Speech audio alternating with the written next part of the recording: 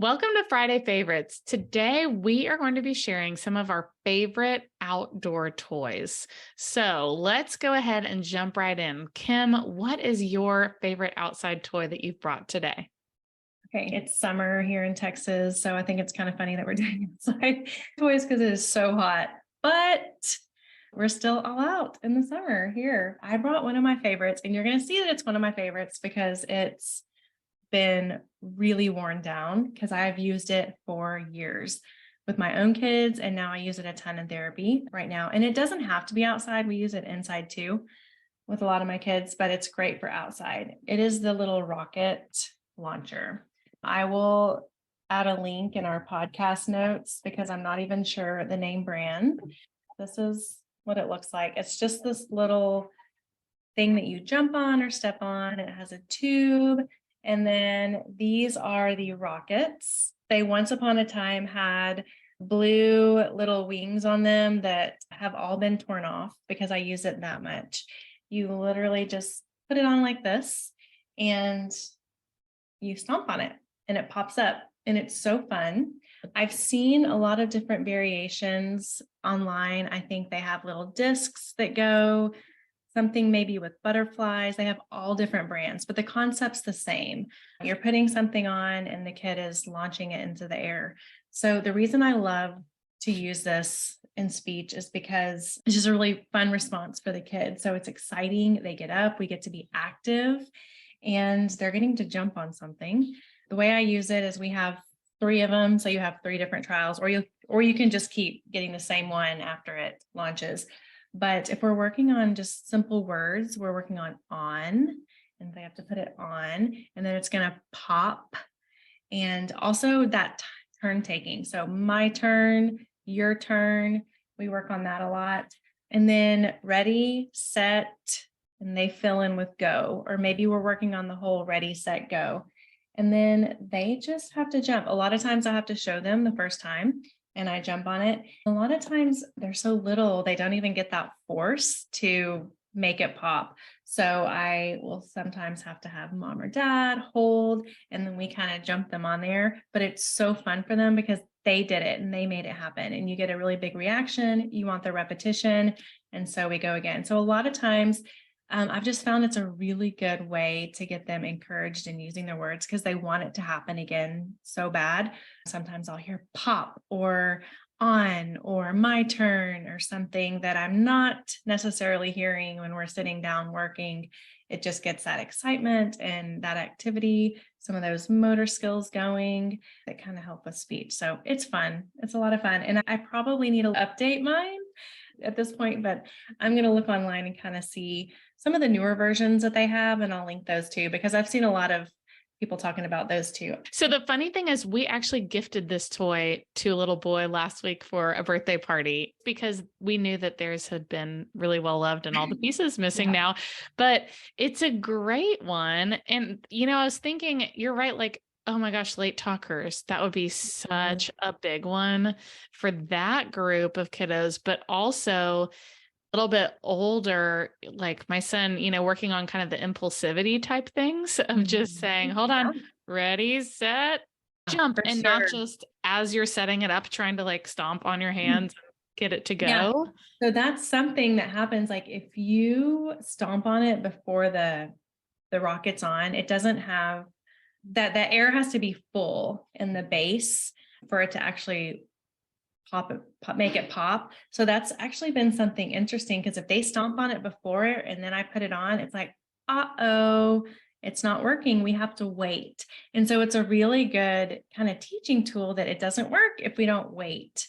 And so then they finally realize, oh, I have to wait until it's ready to go before I step on it. And then it's also fun too, because we've tried to do, hit targets. So they'll have to tell me, do you want it to hit the chair? Or, you could even place little hula hoops or different targets and try to get, to the different targets.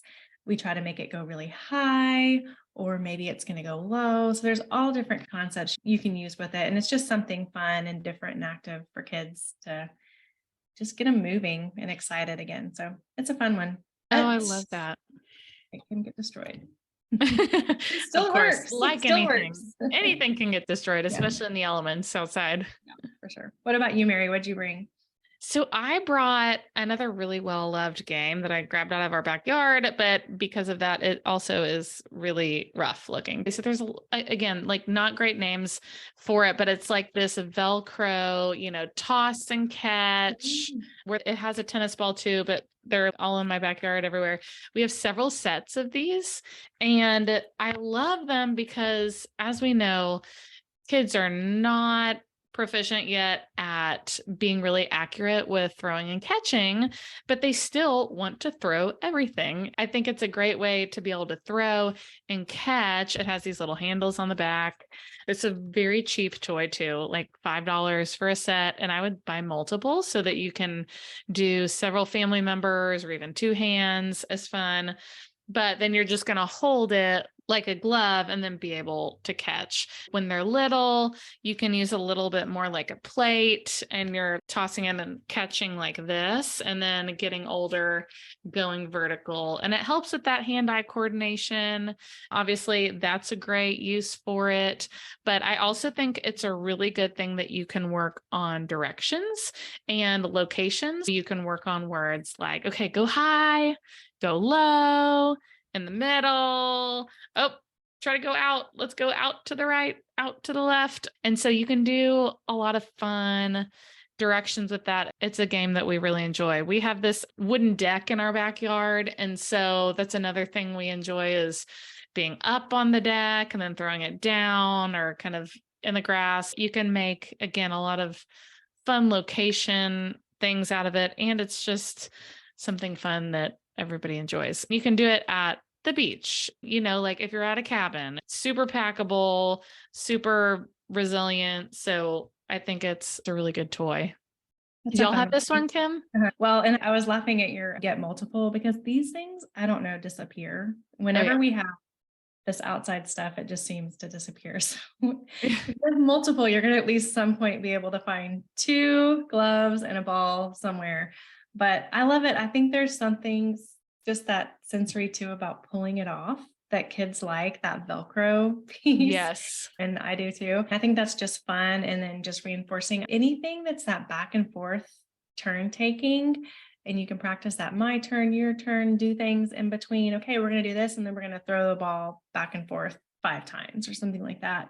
You can use it in so many different ways. I love just interactive games like that. I'm glad we did outdoor toys. We're going to have to do a few more of these because gosh, outdoor play is so important for kids. And sometimes you do need some props and some things to just encourage kids to get in the backyard and go outside and play with others, especially when you can make it interactive. That's exactly what some kids need too, is something that they can play with a sibling or on their own with the neighbor next door. So I think, outdoor toys are great and you need an inventory because they do get lost.